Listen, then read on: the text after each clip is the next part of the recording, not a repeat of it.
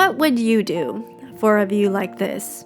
Are you prepared to duel the masses for the picture-perfect vantage point? Okay, actually crowds in Japan are surprisingly civil, but it's undeniable amidst the cries of overtourism in Japan, Sakura season brings a whole new level of crazy. Who knew that these unassuming, innocent flowers could draw so many people to the rural mountains that hiking trails start resembling the streets of Tokyo?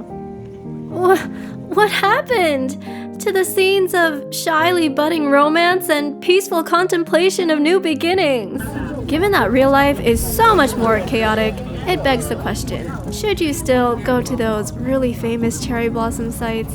Well, let's find our answer at possibly the most well-known cherry blossom site in Japan, Mt Yoshino. Yoshinoyama is home to a jaw-dropping 30,000 cherry blossom trees, turning the mountain slopes into a patchwork of pink.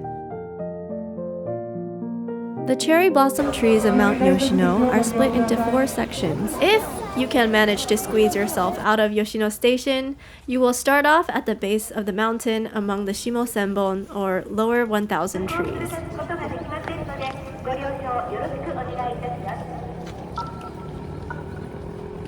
As you hike up, you will quickly get to Naka-senbon, or the middle 1,000 trees, where it is bustling with activity.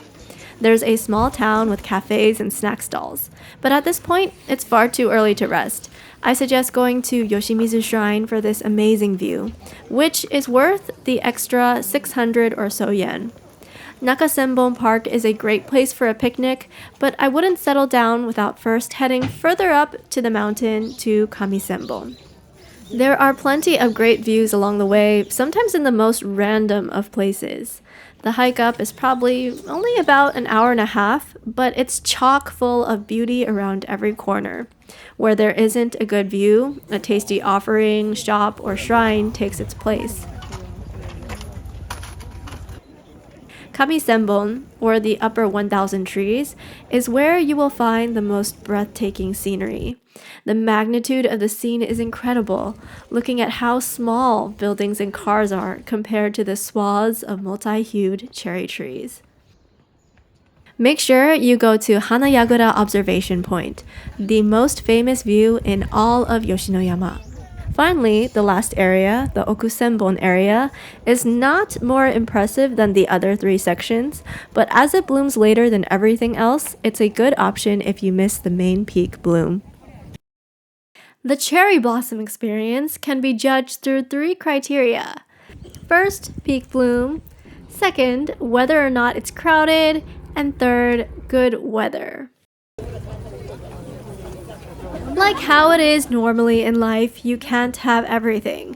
But if you do manage to hit all 3 criteria, my goodness, it is heaven on earth, exquisite, transcendent. Alright, I might be exaggerating a little bit over here, but basically, it's a dream come true. But if you have to choose between these 3, good bloom condition is always the first priority. And considering Mt Yoshino is a hike and best enjoyed with a lovely picnic, it is important to prioritize good weather after that. The good news is, this is pretty much as crowded as it gets. I was here on a Saturday. I struggled to take a selfie, but it looks like my friend who went on a weekday had an easier time getting a nice picture. So, in conclusion, should you still go to Yoshinoyama?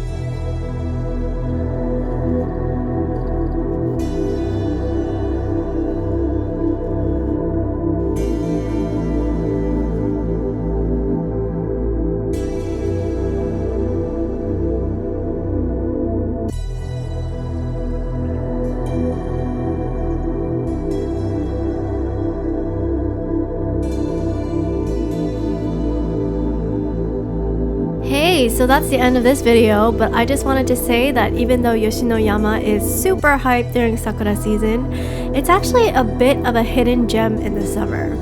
It was so dead, it felt like we had the entire mountain to ourselves. So consider checking it out in the summer too.